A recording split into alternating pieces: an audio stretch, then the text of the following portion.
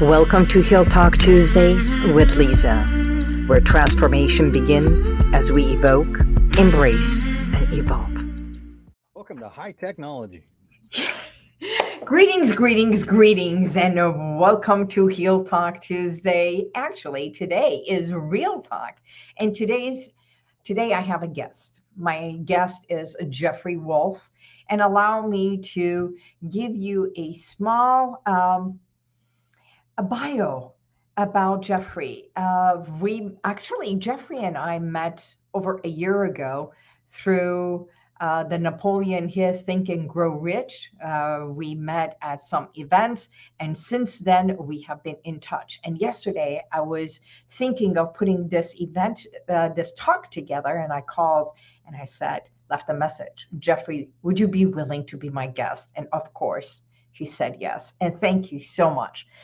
Jeffery Wolfe has worked with technologies as mature as milling raw lumber to as advanced as virtual reality. He has incorporated new technologies into companies with teams of 14 up to $65,000, increasing profit while making jobs safer and hopefully more enjoyable. With radical changes forced on businesses by the great lockdown, and now the explosion of the new AI that it's happening, Jeffery has been bringing entrepreneurs and best practices for thriving with their competition stumbles.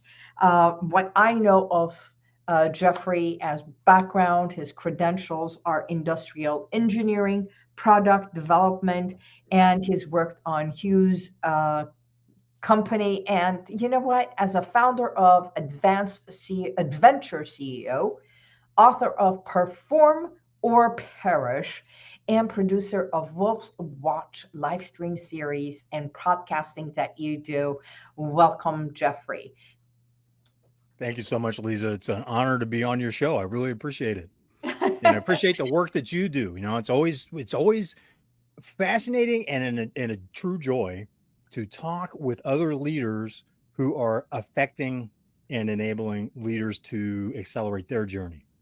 And you're doing a lot of great work with that. So I do appreciate the opportunity to talk and especially to be on your show. Thank you. Thank you. You know, we met, it was over a year ago at Rami's house, and we got to learn about leadership. And actually, even Rami's story of his downfalls and being in the street, and now coming back. And actually, he's done this twice. I mean, going down, becoming homeless, living in the streets, and coming back to hit billions of dollars and overcoming so many obstacles and challenges. So, as a leader, what does it take for someone to go all the way down and then up? In my work, we call it mindset reset from the core. Let's talk about that. I love that mindset reset from the core, because that touches on one of the huge issues with leadership. What's in our core? Because that will affect our ability to lead. Nothing's ever perfect. The military says every plan fails at the first point of contact with the enemy. Once you put a plan in motion, you have to start to adapt, because reality says, we're not exactly going to let things work that way. And the mindset, you know, how am I adaptable? What's my perception of myself deep inside? The things that I only tell myself when I'm looking in the mirror, when I'm shaving. You know, that's why I don't shave, because I don't have to look myself in the mirror. You didn't even comb your hair. You know, and comb my hair, right? It's like, so I was doing a training for a group, and we were doing an exercise. It was really kind of just a deep dive of reflection. And I asked him, I said, you know, what is it that you tell yourself when you're looking at yourself in the mirror in the morning as you prepare for your day? Go even deeper. Do you even look yourself in the eye when you're preparing in the morning?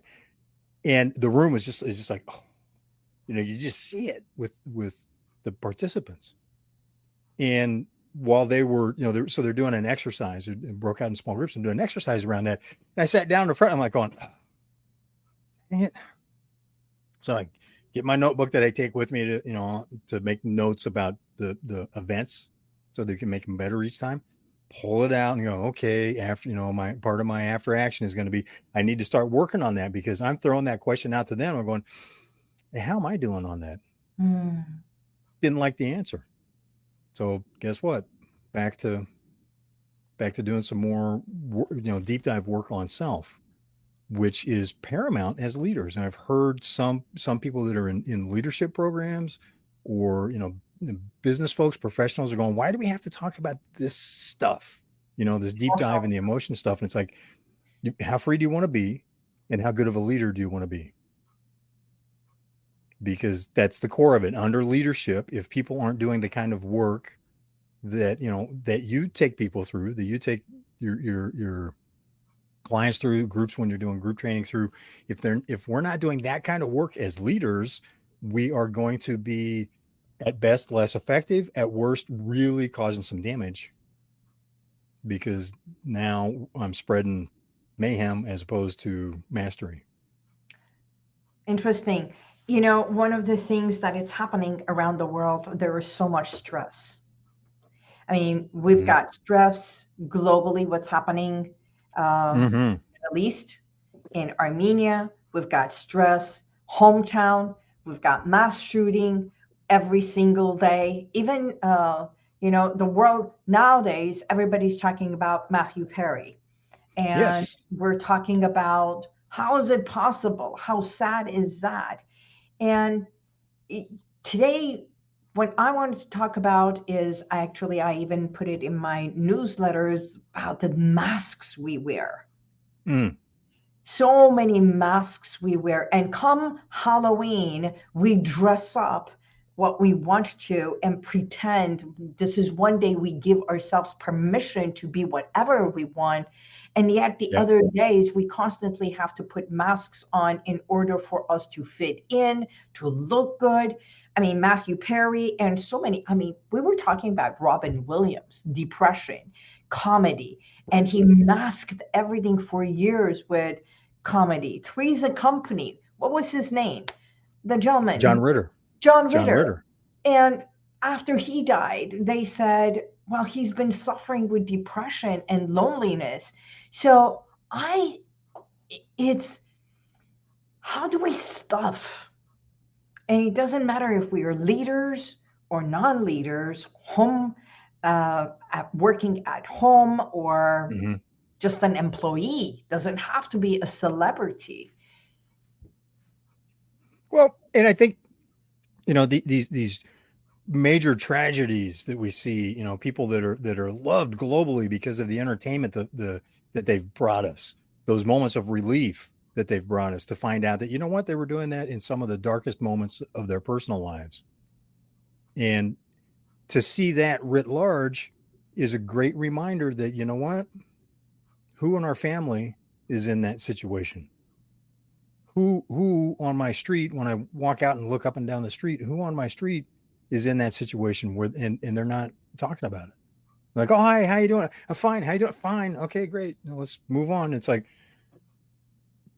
but go ahead.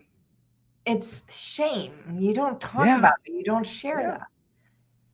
Right. I mean, there was a point in my life where it's like, I'm not going to tell you about my stuff that's bugging me. I'm not going to tell you about the horrible conversation I have with myself at 2 a.m.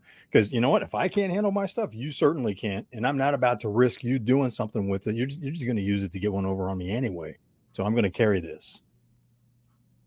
And it keeps getting big. We carry it and it gets bigger and bigger and bigger. And I mean, geez, you could see it from a satellite without a camera in orbit for some folks. They're carrying such a big train of garbage that's built up. I certainly did. And it's scary. It's hard, it's emotionally scary to address that. It's a lot easier to go, it's fine. I'm just going to set that over there. And, I'll come back to it sometime, but I'm going to focus on this over here. Oh, new shiny object. Actually, now that you brought it up, let's be frank. This is Real Talk with Liza. You have suffered through some addictions of yourself. of your own, and now you have Mm. been sober for quite a long time. What? No, who, me? No, man. It's been fine. I'm fine. I'm good. Let's move on. No, jokes Yeah. aside, you I'm are having now fun. a I'm just having mentor. some fun with you because, I know. you know, and I've been doing a lot of work for a long time and continue to, strive to be a little bit better each day as a person so that So, I can be more helpful to others. so let's go back. At what point in your life did you come to admit, yeah, I do have an issue? When I met a gal, this is before I met my current, I've been married for a long time. This is way before my wife and I met. I met a gal, and it was one of those moments where it was like, oh my gosh, I thought this just happened in the movies. We talked for a couple hours. We met at a party. We talked for a couple hours, and it was just like we had known each other forever. And I was going home. I had to go to work early in the morning to do some stuff on work on the weekend, and I was leaving, and I just thought, wow, this is amazing. And my drinking and other things that I did got in the way of being able to follow up on the dinner that she agreed to have with me, because I was like, one of those things going, there's no way this woman will ever have something to do with a guy like me. And she's like, yeah, I'd love to go out for dinner. I'm like, oh crap, now what? And it wasn't the only, but that was a critical moment where I'm looking at it going, I can never have that in my life because I've got this other problem that I'm refusing to deal with and to own. And it is a prison that I built for myself that was just misery. I was trapped inside of my own misery with no way out and no hope, and totally alone in the universe with it. And seeing Did the you look think in that her you eye would go from yes to, she liked me. We were going to go out to dinner, and I watched that in the course of the evening at the party that we were at turn into disappointment to, oh hell no, I don't want anything to do with you. And it was like, okay. So, Because for a how long long time, were you in this situation? I mean, how many years? oh, What are we talking about? After college? What started? Actually, share with us. I'm also curious, mm-hmm, even though I work with a lot of clients through hypnosis, changing the mindset reset from the mm-hmm. core, which is truly the pattern.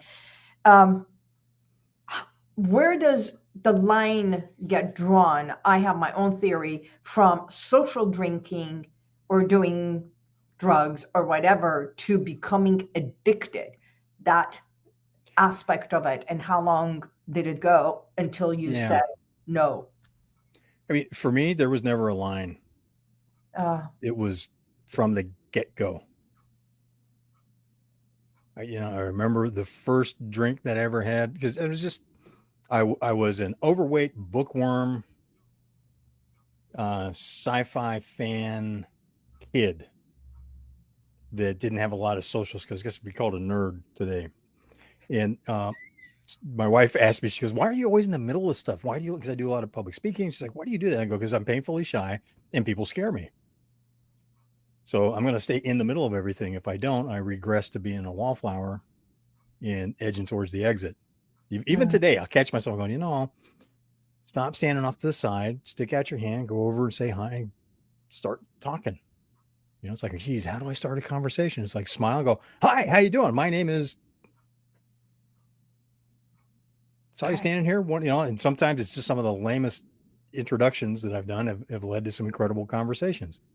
But as a kid, when I was very young, I remember the first drink that I had that had that effect that I loved. And it was like every cell in my body said, oh, yeah, we have come home. And I just was not, I felt comfortable. I wasn't worried about what everybody else was thinking.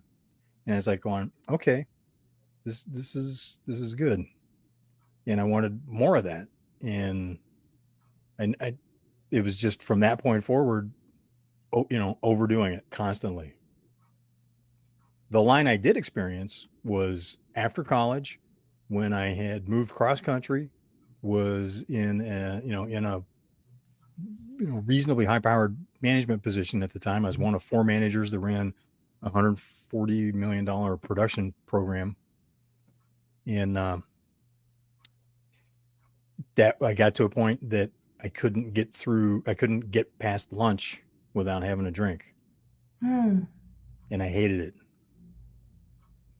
And I hated myself for it. And it's just like, I could see where it was going. And it's like, there's just no hope, and again, alone, it's that state of no hope, totally alone in the universe, and having such a deep self-loathing that it's truly incomprehensible.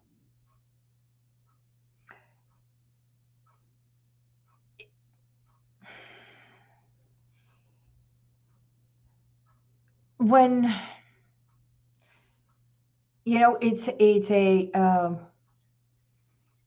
it's what we see, what we hear, what we learn. Mm-hmm. There was a study of a twin. There was a study of many twins, and this one twin, the study was following them for over 15 years, 2 boys. And this is a case study. It's reality. It's one of the things that I talk to with my clients, that as they were following them for years and years, every year they would go and find them, talk to them. They knew where they were. So right after high school, one twin, this guy, dropped out of high school and started drinking and doing drugs and chose one way of living, and the other one chose success and came to become one of the leading bankers and everything. And when they did the study after 15 years, when they went to do the last interview, one of the reporters, just out of curiosity, was new and turned around and said, so why is it that you did this with your life? And do you talk to your brother? He says, I have nothing to do with my brother, even though we are twins. Because of my parents, my father was an alcoholic. And because of what I saw in our house, I decided never, ever will I have a life like that. That's why I chose the higher one. And I've stayed clean. I am married, 3 children, and this is my success. So when they interviewed the other brother, and he said, well, with a parent and a father of alcoholic, what do you expect? So is our choices because of what we see, what we hear as a child, is that becomes our pattern? Was that your pattern for you to decide, or was it only yours? It was only mine. And I say that from the perspective that I have today. And here's why. I had a great family. I grew up in a great family. I am so grateful for the family that I grew up in. My parents were encouraging. They taught me skills, habits, perspectives, values, work to instill a value system that serves me well today. They were children of the Great Depression. So they knew, first it's the great, 2 decades, right? Great Depression, then World War II. It's like, great. They went through a lot. So they understood struggle, but they also understood enjoy the journey. They had that example, and alcohol was part of it, but I didn't see a lot of the things that people that I've talked to and worked with that have, that grew up in really just unthinkable family conditions because of drugs and alcohol. And, in my teens, I started getting the wrong messages from what other adults were saying. And it wasn't necessarily the meaning. Like, one of the things that always stuck with me as a 14-year-old was, enjoy it. These are the best years of your life. And I'm like, I'm 14. I'm in school, which I hate. I have absolutely no control over my life. I'm going through puberty, so I'm just completely whacked physiologically. It was growing fast. So it was like my body hurt. I'm going, it's all downhill from this. What exactly is the point? Now, as an adult, I look back on that and go, had I asked a clarifying question or two on what they meant by that, it could have been, look, the whole thing in life is wherever you're at today, you get to decide whether this is the best day of your life or whether it's going to be a miserable experience. At the time, that wasn't the message that I took away from. So I started to compound those types of decisions to say, I'm going to take the negative out of what this person's telling me and hold on to that real hard and stack it up with the other negative that I've taken from what other people have said.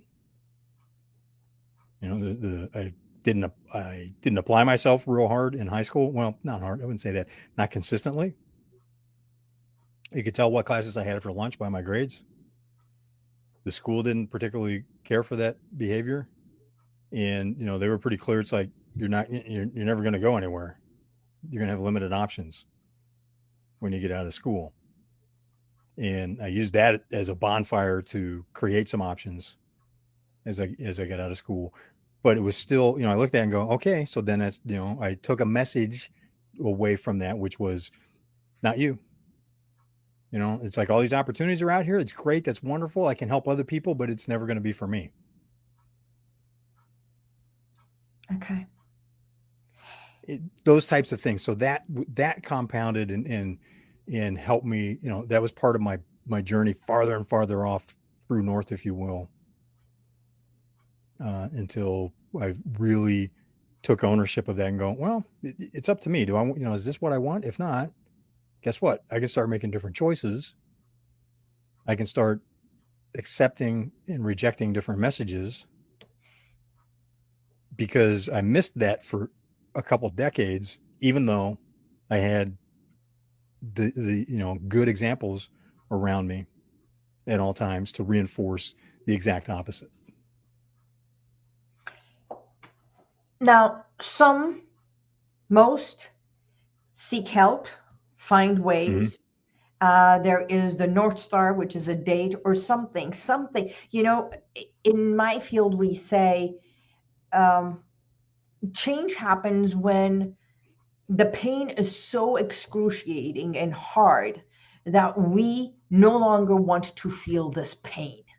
This is it. I'm down, I'm at the bottom, I no longer want to feel this. Or the reward, or like yours, going on that date or having that relationship, wanting that life is so powerful that it surpasses everything else. And we turn around and say, okay, I'm done. I'm changing my life starting today. And I know, just like in domestic violence, domestic abuse, and all kinds of challenges in life, there's relapses and coming back. And yet the shining star of what we want is far greater than the pain we are in. And you have been mentoring through 12-step, correct? Yes. Okay. And I know you've seen all gamuts from relapses to success stories. Someone wrote something on my Facebook that a lot of people think that just because they are now sober, it does not mean that they are recovered. Or if they have recovered, they're not fully sober.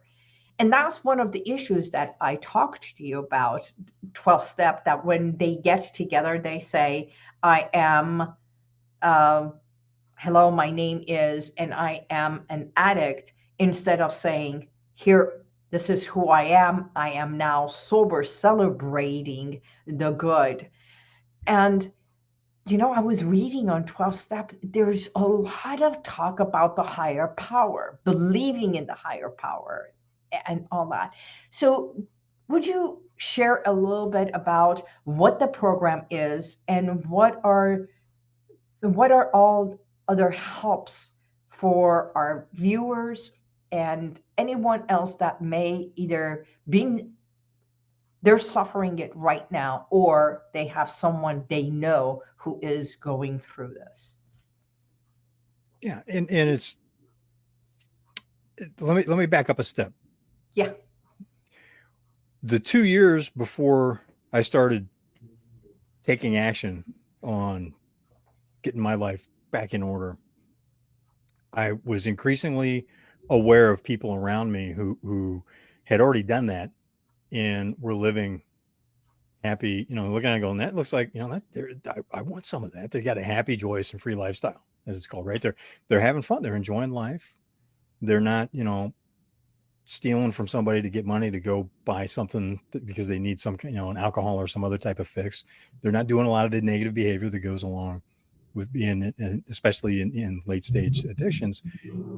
And I watched that and going, so it started to plant that seed to go, well, if they can, maybe I could, maybe there really is an option for me that could work, because I was very clearly headed to either being institutionalized somehow or living on Skid Row.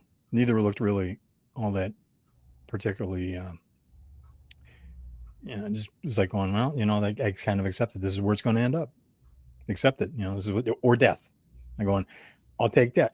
I was so unhappy that I preferred dying to living to continue to live the way that I felt. Wow.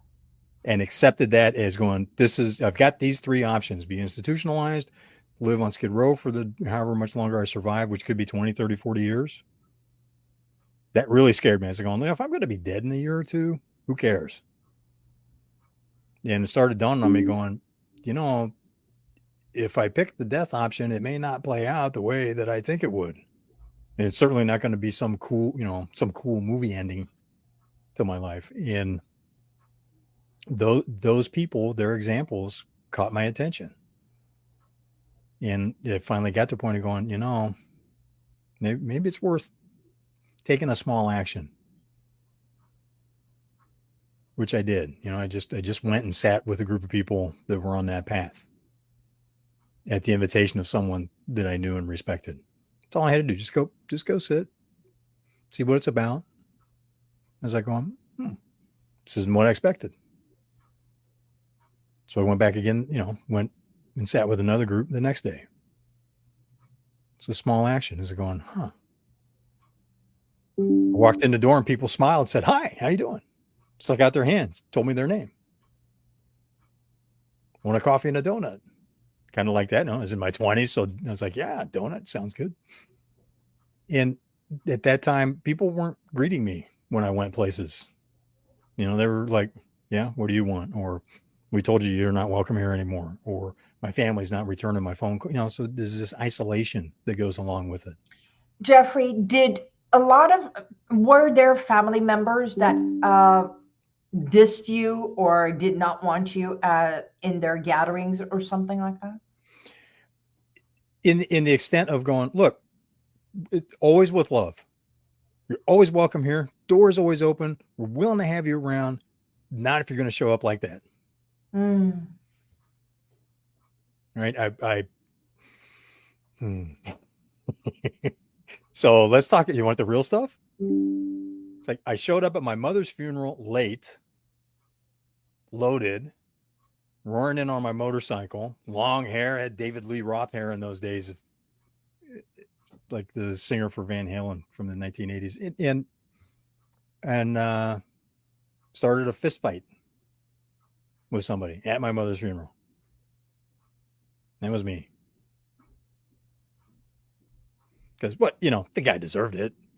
I was mad because two of my friends tackled me and held me to the ground while someone else drug the other guy out and threw him out the front door, or hustled him out. I didn't really throw him, but escorted him out the front door. And I was upset because I felt that the gentleman had earned more of a response from me, and I didn't get to deliver it because he was so out of line. I mean, he showed up at my mother's funeral and I didn't really think he belonged there.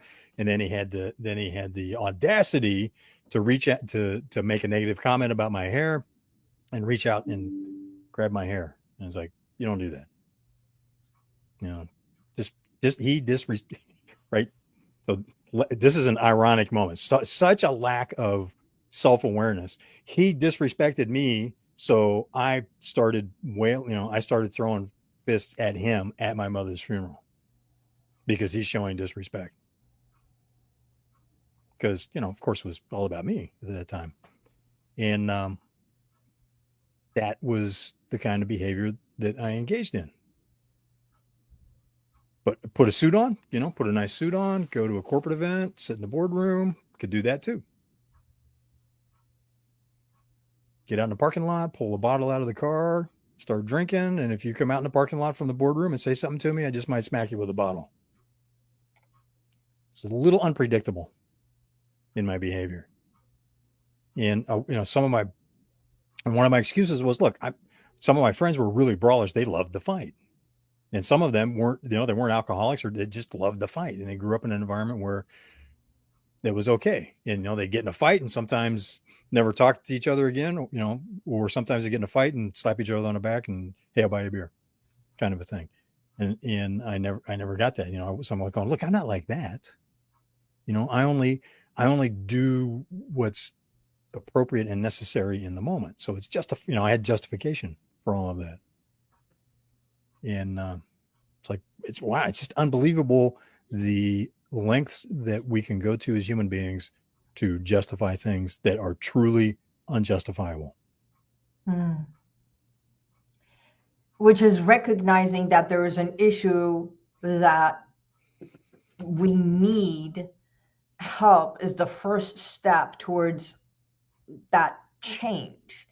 Because what I know is dependency is deeply connected with the subconscious cause and motivation.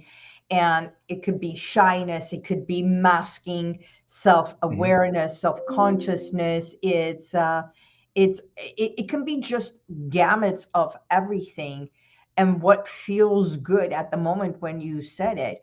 So how do we go in helping understand, now that we understand it can come from anything, from Robin Williams taking comedy, from it doesn't matter if it is a drug addiction, alcohol addiction, gambling addiction, overeating, it's in feeding, especially most of those are oral. And I say express it versus suppress. So it's all suppressing so much until we get to a point that it's overwhelming. It has to come out, and it comes out, as you said, either in a fist fight or anger or retaliation or something like that. Or folded up in the corner, weeping, wetting on myself. I never knew where my evening was going to end. And when I was a teenager, or even younger than that, but at that age, it's like, oh, that's kind of interesting. That's fun, right? I got no control over my life, so let's just let the dogs out, see where it goes. And if it's somewhere embarrassing, it's like, whoops, But then when I'm 25, not so much. And it really is in working, in helping people that are in that state. They're sick, right? And there's just take the alphabet and there's something for every letter, and probably go back through it again, where somebody has some type of some form of illness. It's like to treat them as sick, have that kind of empathy for them, yet maintain boundaries. Like fortunately my family did for me. They never broke the connection that we had, but they're like going, no, not if you can't show up coherent, then please just stay wherever you're at, kind of a thing. So there's boundaries on that, but still make it clear they're going, not enabling the person or giving the money and okay. Yeah. Exactly. And there's so many different ways to enable, from the feeling their feelings with them and getting into the emotion of it with them. And it's like, that doesn't help. Until I got to a point that I was desperate enough to take accountability for myself, for my life, nobody could help me.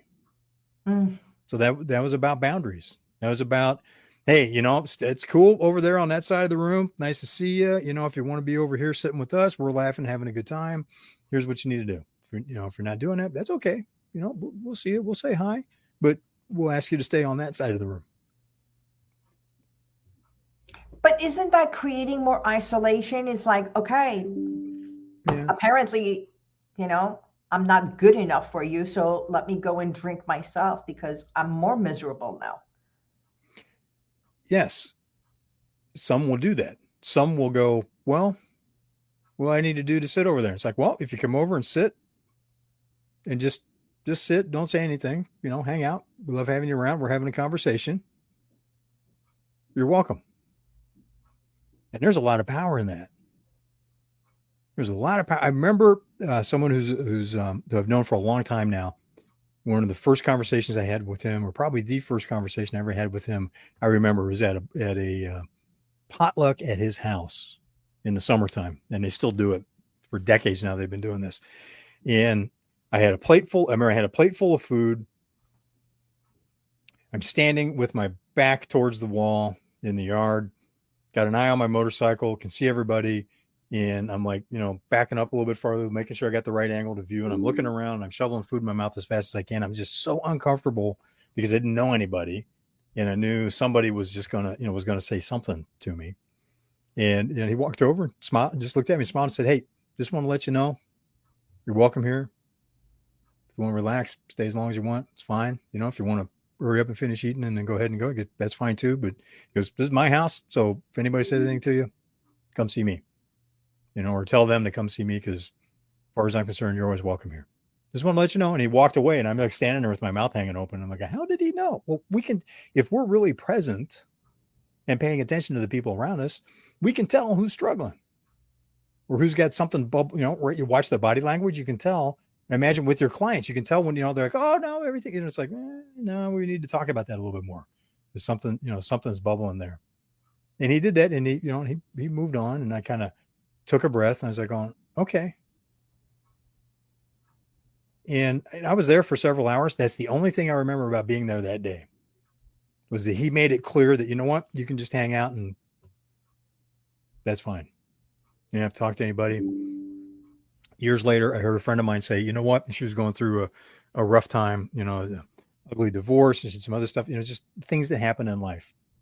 And she said, "You know what? I really appreciate," there's a group of us that got together to hang out for a potluck once a week. And she was sitting there and she just said, "I just want to tell you all, thank you, because you let me come here and just sit. You don't ask questions. You don't offer advice. You let me just come here and sit. And that allows me to heal from the inside out." And everybody was practically weeping at that, and we're just like going, yeah, because we had all, it's one of those things she's going, yeah, I get it. Okay, cool. And then we let it be. She said that and she just kind of gave us a look. We're like, we're all, "Hey, glad you're here. Can we get you something to drink?" Or, she's like, "No, I'm good." Okay. And as she, and she did work that she needed to get through what she was going through. And she came back to being more talkative, and you watch the lights come back on again. Right. There's so many things. We focus a lot on some of the obvious, the drug and alcohol addiction, severe mental illness, those types of things. But there's so much more that's way before we get to that point. Like you're asking, where do we start? Where does this stuff start? Where do we cross those lines? We're going, if we hadn't taken that step, and I had a million of them, and they were all small steps. And the cool thing is I can always take a different step and change that path, that direction. But being able to watch people around us and truly be present so that we can ask a well-placed question, give them a little tough love back. And that doesn't mean being mean or sarcastic. I love sarcasm and dry wit, but it does mean saying, "You know what? It seems like there's a little bit more there. So I'm not totally buying what you're telling me, but okay, I just want you to know I see, and I'm willing to sit and listen." Like that guy did with me when I'm shoveling food in my mouth, and I moved out to his front yard because I wanted to get closer to someplace I could get out of there after I got some food, and and saw what was going on. I just said, "Hey, You're welcome to stay if you want. If you don't, it's cool. If you do, it's cool. Just hang out. Or that gal who had done phenomenal work, the woman that she had become, and then hit a rough patch in life because things were, life implodes every once in a while. It's just part of, businesses fail, marriages fail, children die, illnesses happen, cancer, other things happen. And it's like, how do people walk through that? And how can we be there to help them on that journey? Which is why I appreciate what you do, because you're a major force in spreading that positive impact.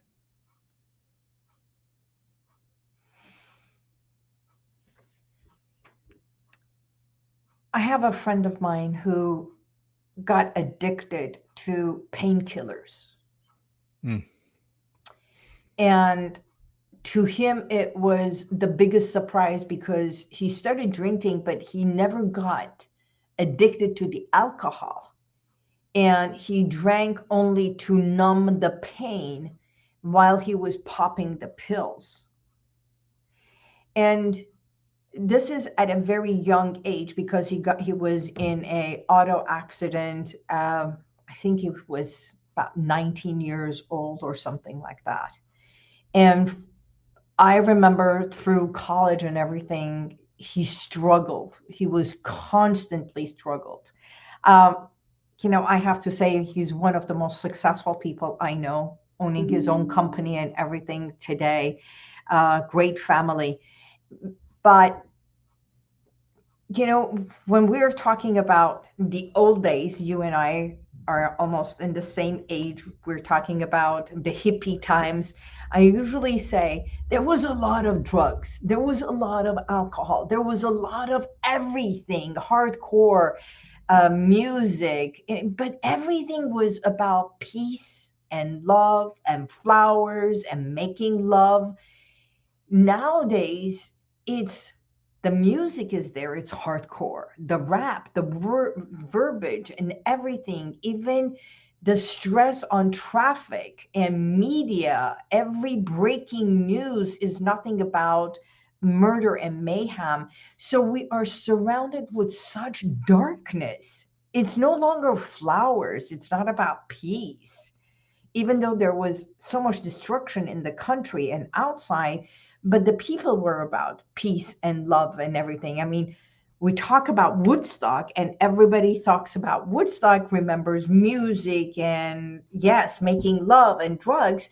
But nowadays, it's the teenagers that are dying because of this suppressive and drugs and uh, lacing it with such potent medicine that our children are perishing. And how can we notice signs to help them?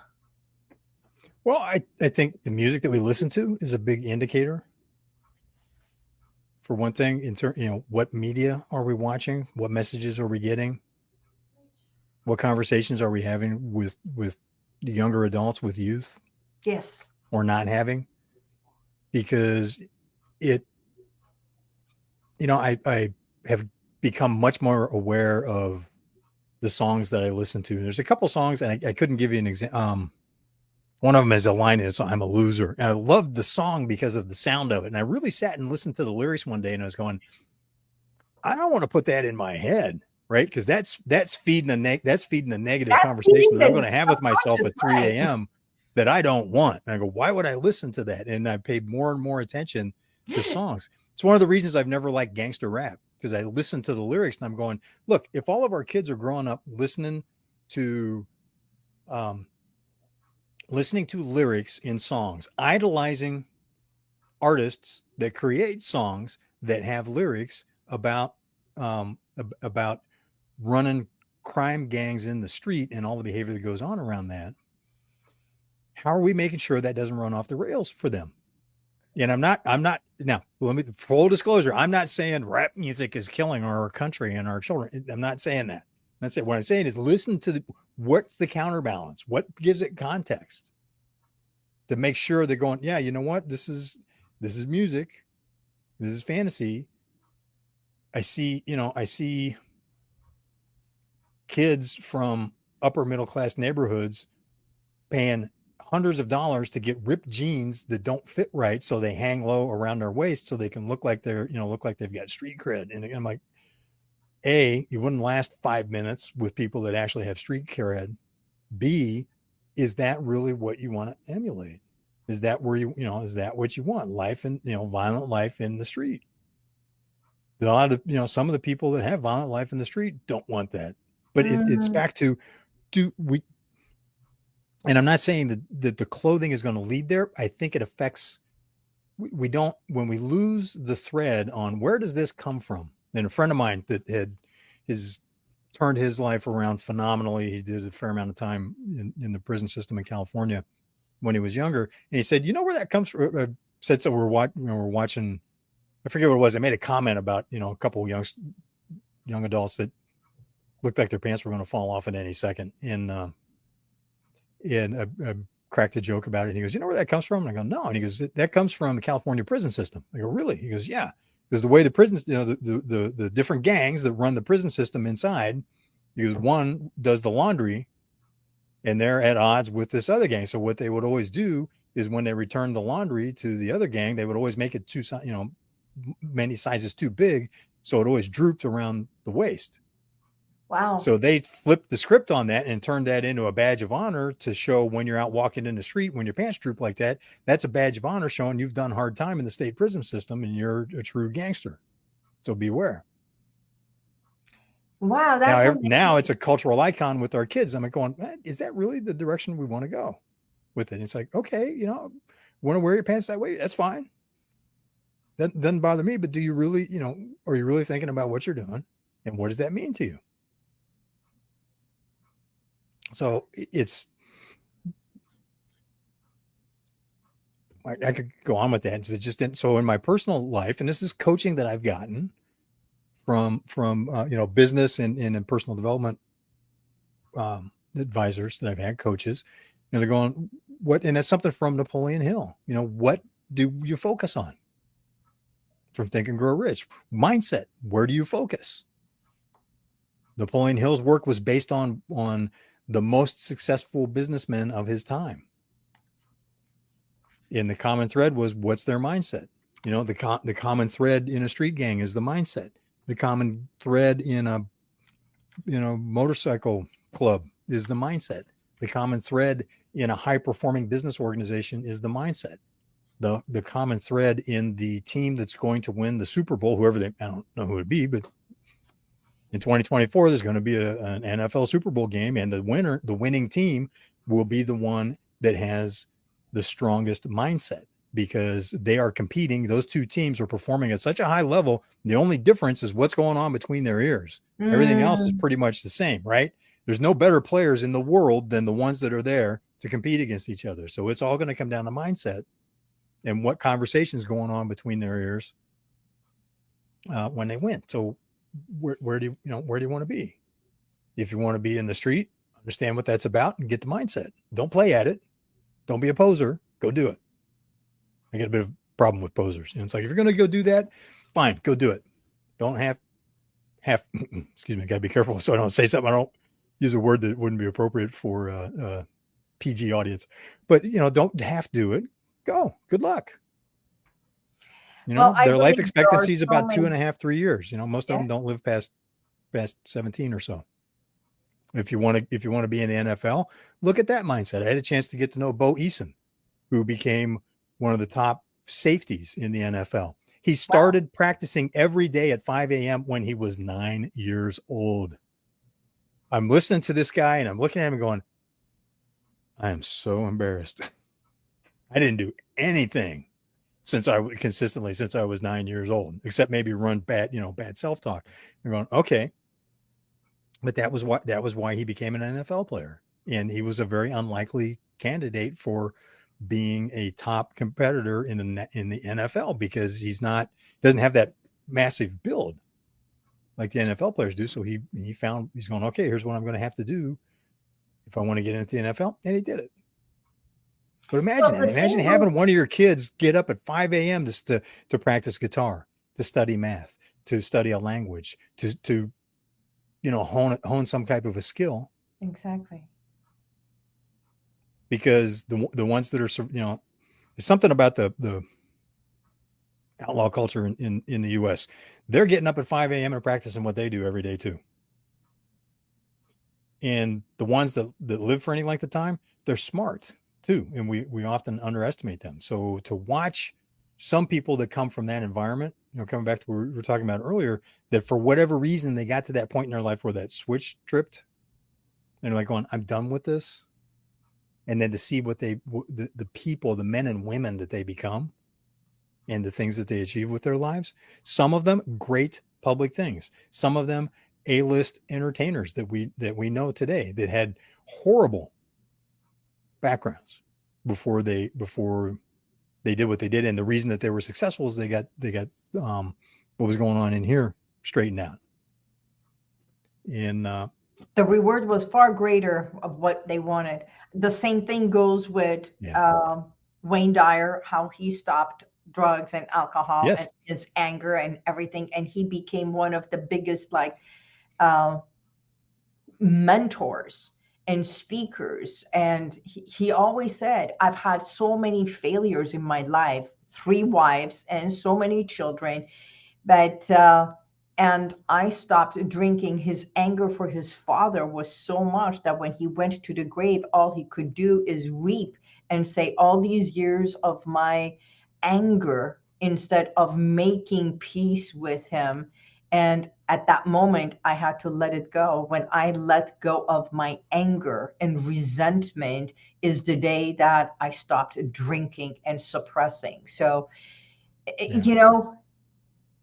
today, as you brought up Napoleon Hill and his principles, which is desire and faith and the auto-suggestion that we give ourselves in our mind, imagination, organization, persistence, decision, and mastering our mind, and specializing in something. But the one that, because of the work that I do, the subconscious mind, which is the power, the brain, and our intuition, comes to play in everything from richness to being a better human being. That's all. That's what I tell my clients. Just become better. It does not have to be perfect, because there is no perfection. Actually, there's a saying that we are perfect with our imperfections. And to accept every single person. I used to be in Toastmasters. I'll share this with you, and we're come to an hour already. This has been amazing, Jeff. Thank you so much. When I was in Toastmasters, I wanted so bad to speak properly and deliver everything so good to win the competition of the week or the day and everything. And one of the ladies, she was probably about 30 years, 40 years elder. She came and sat down next to me and said, Liza, you have a great vocabulary for words. And every week you challenge yourself and you look to be the best evaluator. May I suggest something? And I said, of course. And she said, stop policing. Oh. That means everybody can find fault and everybody makes mistakes. You don't have to be the police. And that stuck with me, to become more compassionate and become kinder and accepting people for who they are, because I know I have my own faults. Yeah, I do too. It's what we do with them. How do we, it's the people we become in spite of our faults and shortcomings. Yes. And then over time, those tend to improve or go away.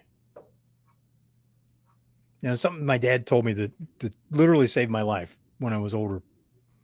was, he goes, look, you're always in the middle. He goes, no matter what, he goes, pick anything you want to focus on.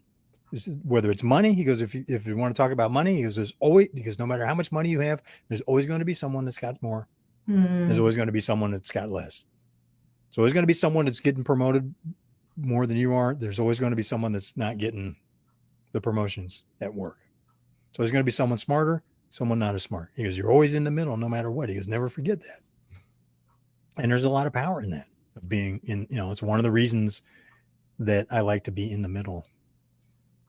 It's the good place to be, because that means I can reach a hand across to my colleagues, my peers.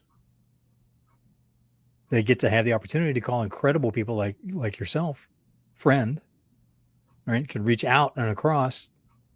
I can reach down, for lack of a better word.